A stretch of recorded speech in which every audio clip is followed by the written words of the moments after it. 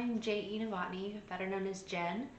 I am a professional content writer, amateur fiction writer, and by the standard of whether or not I make money at it, an amateur knitter. I have been knitting for over 15 years now, since I was a preteen, and I've gotten fairly good at it. So this is the Stories and Stockinette Stitches knitting vlog. Thank you so much for being here, and I hope that over the next 20 or 30 minutes or so, you will find something of interest in me talking about and showing off my finished knitwear as well as some works in progress that I have going on. If you've seen other videos on my channel, you will know that this is, well, and just looking at the title of this video, this is episode 5 of the knitting vlog. And the first 4 episodes were filmed and uploaded to YouTube in 2020. And then I took about a 6-month hiatus before uploading anything else to YouTube. And that was because life threw me a bit of a curveball. So I'm going to talk about my knitting first, and then we will come back. And then at the end, if you stick around that long, if you're interested, I'll talk a little bit about why that hiatus happened.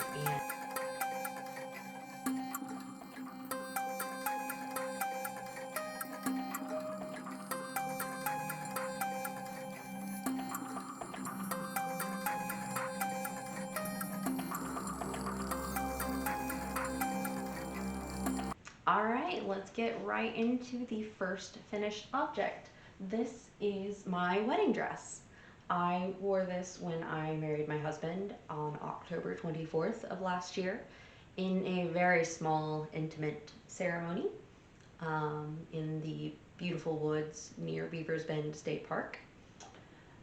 And yeah, so hi cutie. Miss Trixie, how are you doing? Other than pretty good. Waving your tail in my face. So the top part, so this was knit bottom up, actually. So I started down here with a few rows of rosette stitch, and then this is all stockinette up to this ribbing 1x1 rib right here. And all of this is rosette stitch.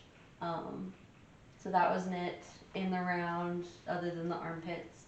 And then I picked up around the armhole and just knit rosette stitch in the round all the way down. And I'll put up a couple pictures of the dress from the wedding day. But yeah, I was really pleased with it.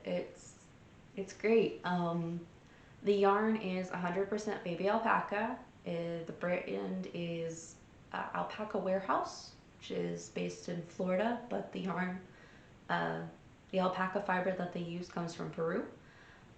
And yeah, I talked about this a lot in the last episode, including the trials and tribulations of the sleeves.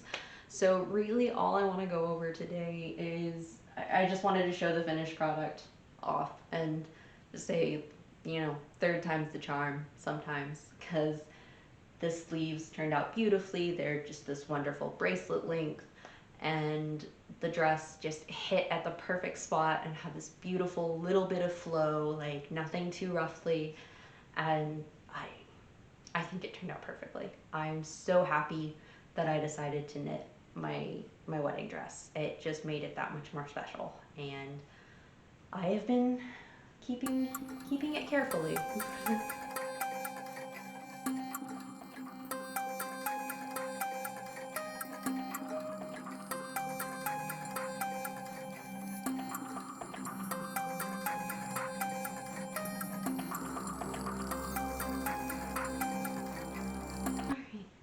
For my second finished object. This I finished in January while my cat was convalescing, which I'll talk about a little more later on in the video for people who are interested in my 6-month hiatus. But this is the wedding dress I designed myself. And this is from a pattern.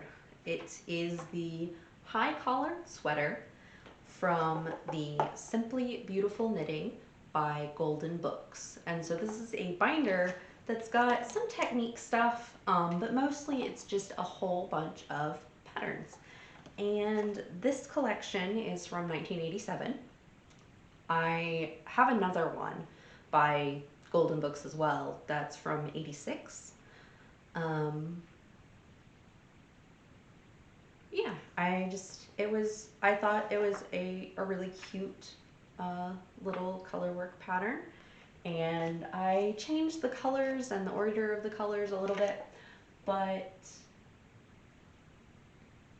and I also made the collar a little bit smaller than what it called for. As you can see, it's really, really long.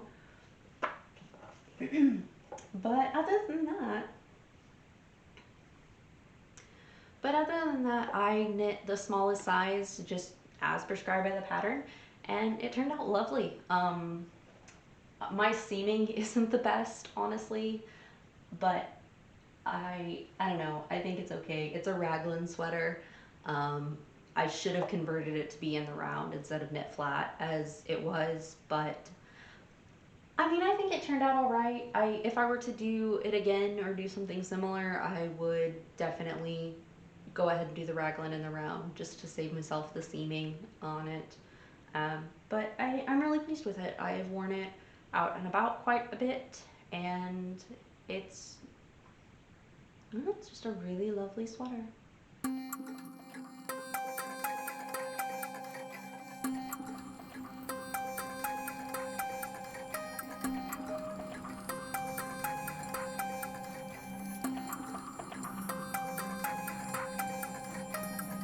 Alright, we are now on finished object number 3, and my delight in my projects kind of takes a little bit of a turn down, because,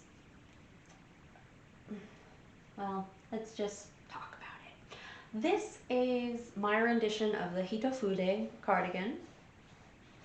Sorry if you can hear my cat scratching on her cardboard. This is my rendition of the Hitofude cardigan, and I love the pattern. I love the way this is constructed. I think it is so ingenious and just so good, and it works really well with this stitch pattern. However, I do not like how big these front sections are. Like, you can see, I mean, it may just be that this yarn doesn't have the right kind of drape to it. I don't know. I just know that I don't like the way the front turned out. And every time I put it on, I just look down at these billowing fabric pieces and just think, no. So it's just not for me. So I don't want to call it a disappointment, because it is a beautiful garment, and I think that it's very nice. The pattern is great. I'm glad that I bought it, and I would probably do it again with heavy modifications. Mostly I'm thinking about how I could, one, turn it into a piece in the round instead of cardigan, and also maybe using a different stitch pattern instead of the V's, because they are nice, but I just think I could do something else. So I really like the yarn. I have this only took 2 balls of the yarn, and I didn't even mention it on the last one, but it's the same yarn that I used on the 87 pattern, the high collared sweater. It is a DK weight yarn from Yarn Bee, and I think it's just called Soft DK. Yeah, I'll put the yarn description below in the description box. But I I do like the yarn.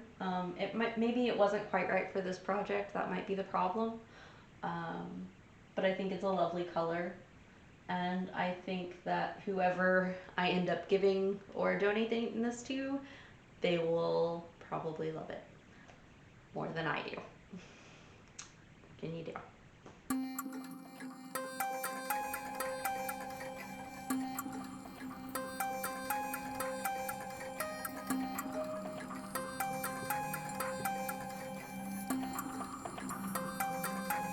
And we're on the final finished object from my 6-month hiatus.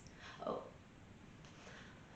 so this, the yarn is Simply Soft by Soft Secret. Or maybe it's Simply Soft as the brand and Soft Secret is the yarn. Yeah, it's that way.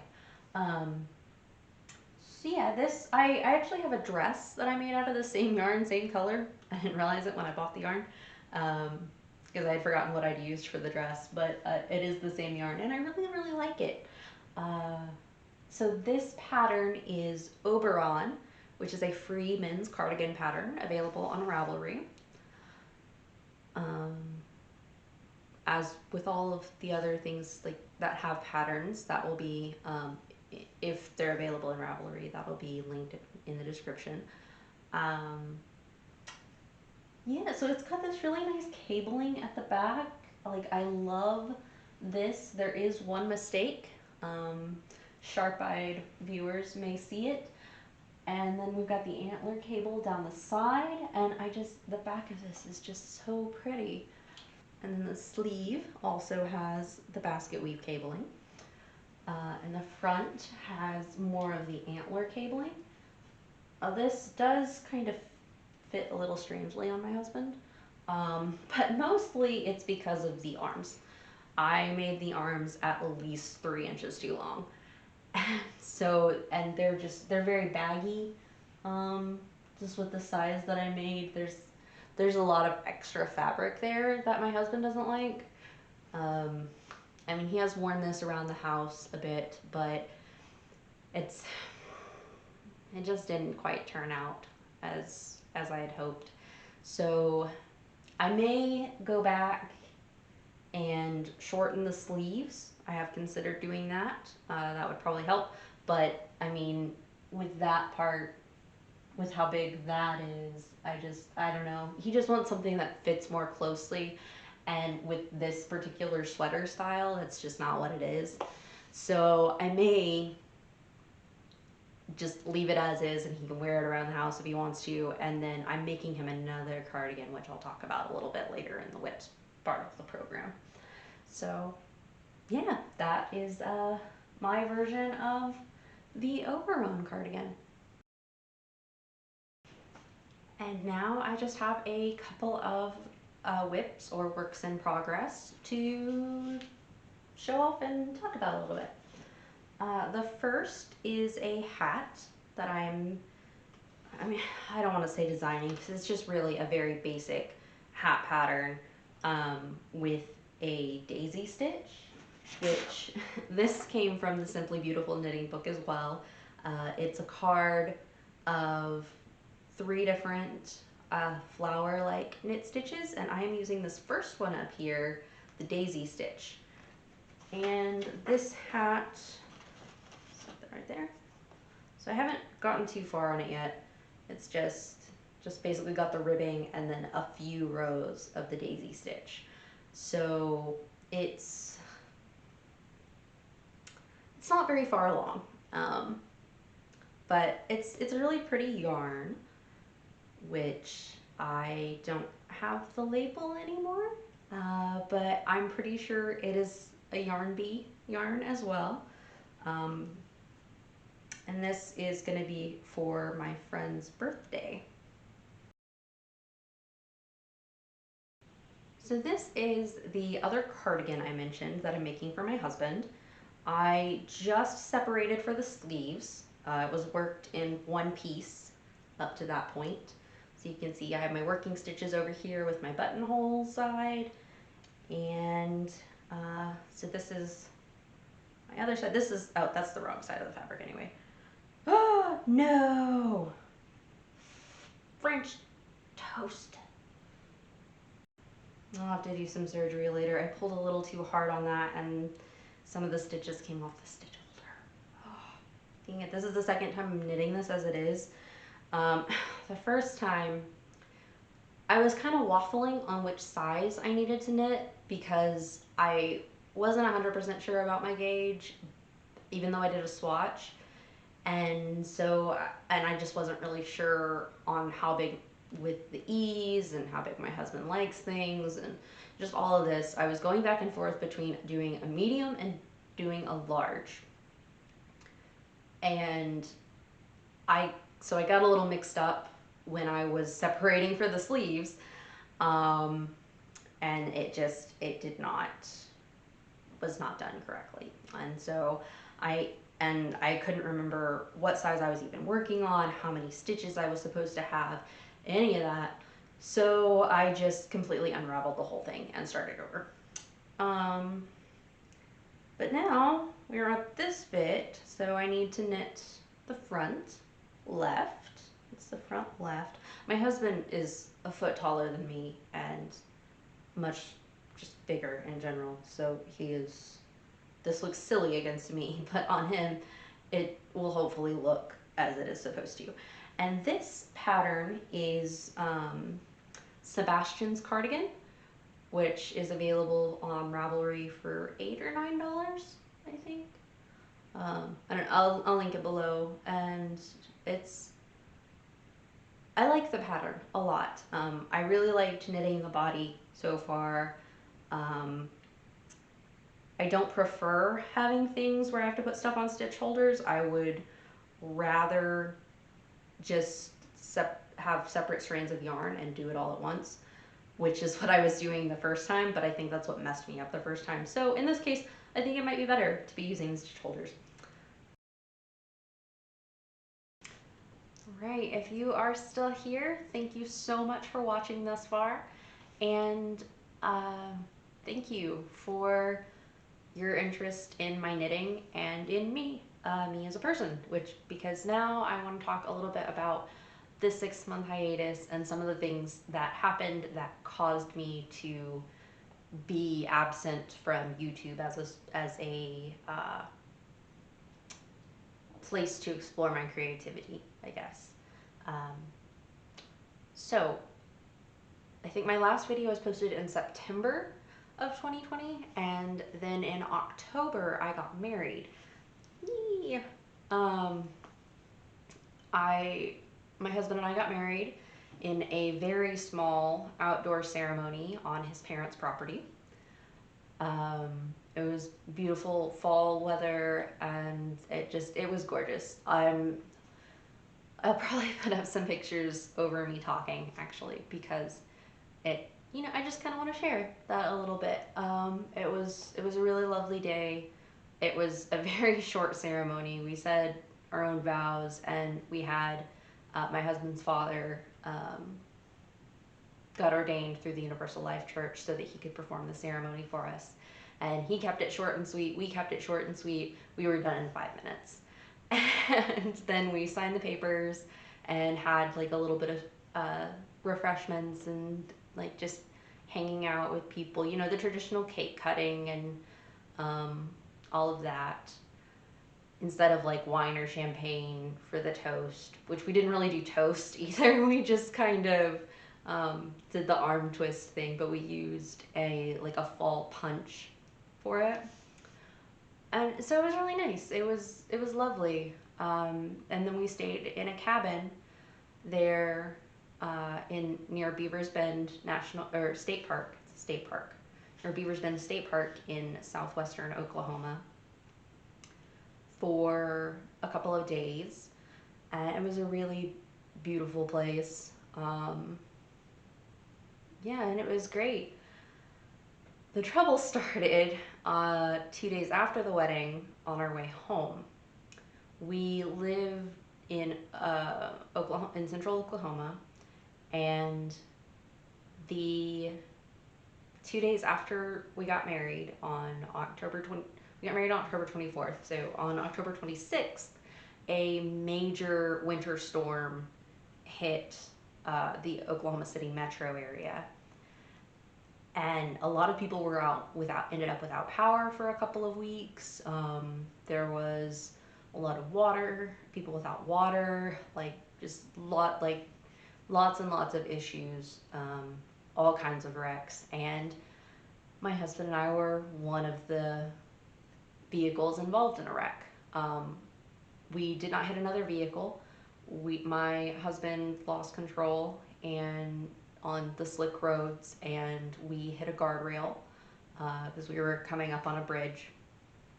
We hit a guardrail and slid on the car's passenger side where I was sitting down the hill. It was a raised embankment, and ended up upside down in the bottom of this drainage ditch.